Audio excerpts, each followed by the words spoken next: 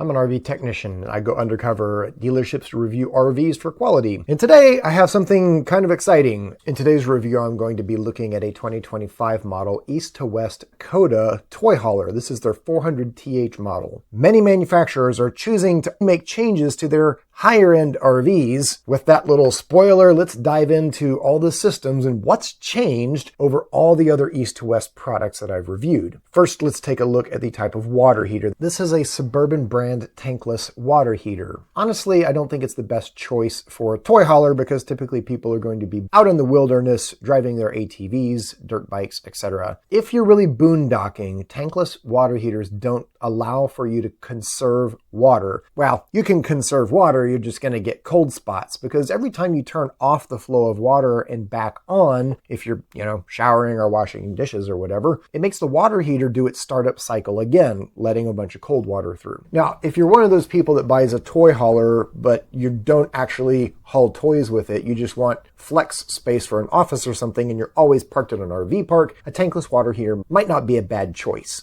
Quality-wise, it's 10 out of 10 points. I don't have a complaint against it other than it might not suit your particular usage. If you want to know more about what's going to be a good appliance for you in your camping style, go check out my free quiz on my website. Next, let's look at the type of roof. This is a typical membrane type roof, which I give 8 out of 10 points. It is important to note that a common factory defect, even with new RVs, is if they don't glue the membrane down to the decking correctly, it can result in bubbles, and bubbles can grow as you drive down the highway and rip the entire roof off. I really recommend having even a new RV like this inspected, preferably by a third party, to look for defects like roof bubbles. You can find an RV inspector that I trust on rigorrvinspection.com. For air conditioners on this RV, they chose Coleman Mach, which I give 7 out of 10 points, just due to me as a technician having had to replace more of these than other brands that lost their refrigerant prematurely. For the refrigerator, they have an Everchill brand 12-volt refrigerator, which I score 6 out of 10 points because of reliability issues with their electronics. I almost want to call these Neverchill. In the cabinet section, we have pretty typical lumber core with vinyl wrap that is prone to water damage. The doors, however, are solid hardwood, which I like, so I give 8 out of 10 points in the cabinet category. Next, let's look at the countertop material, and this is an area where they did not skimp. They went with solid surface material through the whole RV. This is 10 out of 10 points. Next, let's look at the slide-out mechanisms. I was happy to see on the bedroom slide-out they went with Lippert's Slim Rack rather than a Schwintek or other cable type of slide mechanism. I think this is a good choice. On the main slide-outs, we have a fairly reliable through-frame rack and pinion drive system, but it's got hydraulic actuators. In my experience, these hydraulics tend to leak a lot. I have to give the slide system category 8 out of 10 points. On the frame and suspension, this is a big triple axle toy hauler. I like the upgraded thicker shackle links and the wet bolts holding the leaf springs to the equalizers. What I don't particularly like is that there's no attempt to reinforce the frame against axles moving left to right. If you're only going on short trips less than an hour away a few times a year, this will serve you well. Just don't make tight corners. It puts a tremendous amount of left to right stress on the axle attachment points. Honestly, you want to turn as little as possible,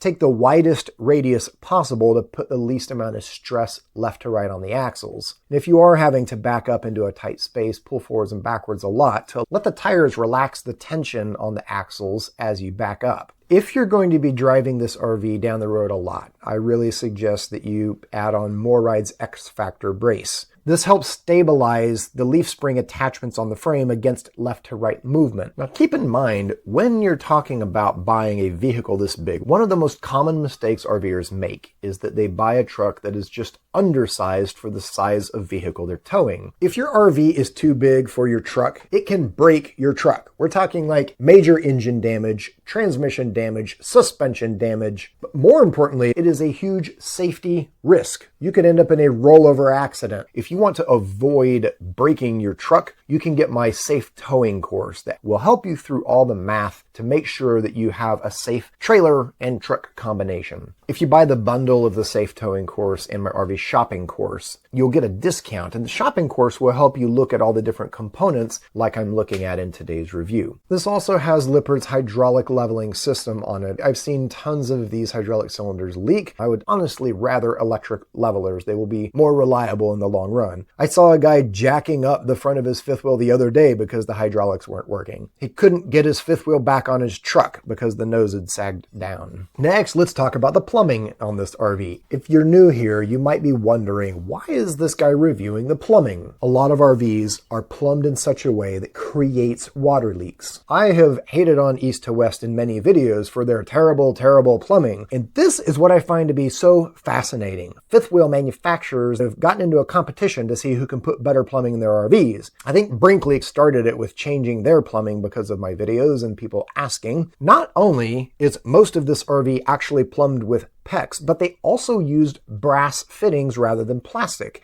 This seems to be a direct response from East to West about this plumbing criticism. Only place where I see flexible tubing pinch clamped onto PEX fittings is on the suction line from the water pump where it's pulling water into the system, which if that leaks, it sucks air into the system. It doesn't leak water out. And the other place is on the black tank flush system. Now, historically, I've said that this is okay, and I think it is mostly okay, but I have had a few people report that they have seen leaks on their black tank flush system, very minor leaks. I don't think that a manufacturer needs to use flexible tubing on the black tank flush. Many manufacturers use hard PEX tubing for the black tank flush. But I'm happy to say they've made some significant improvements on the plumbing. Fit and finish wise, this RV is in good shape. I give it 10 out of 10 points. All right, after inputting all of the grades into my mobile web app, if you get my RV shopping course, you'll get the same access to the web app that I'm using right here. And when I hit submit, it tells me that the grade, 87 points,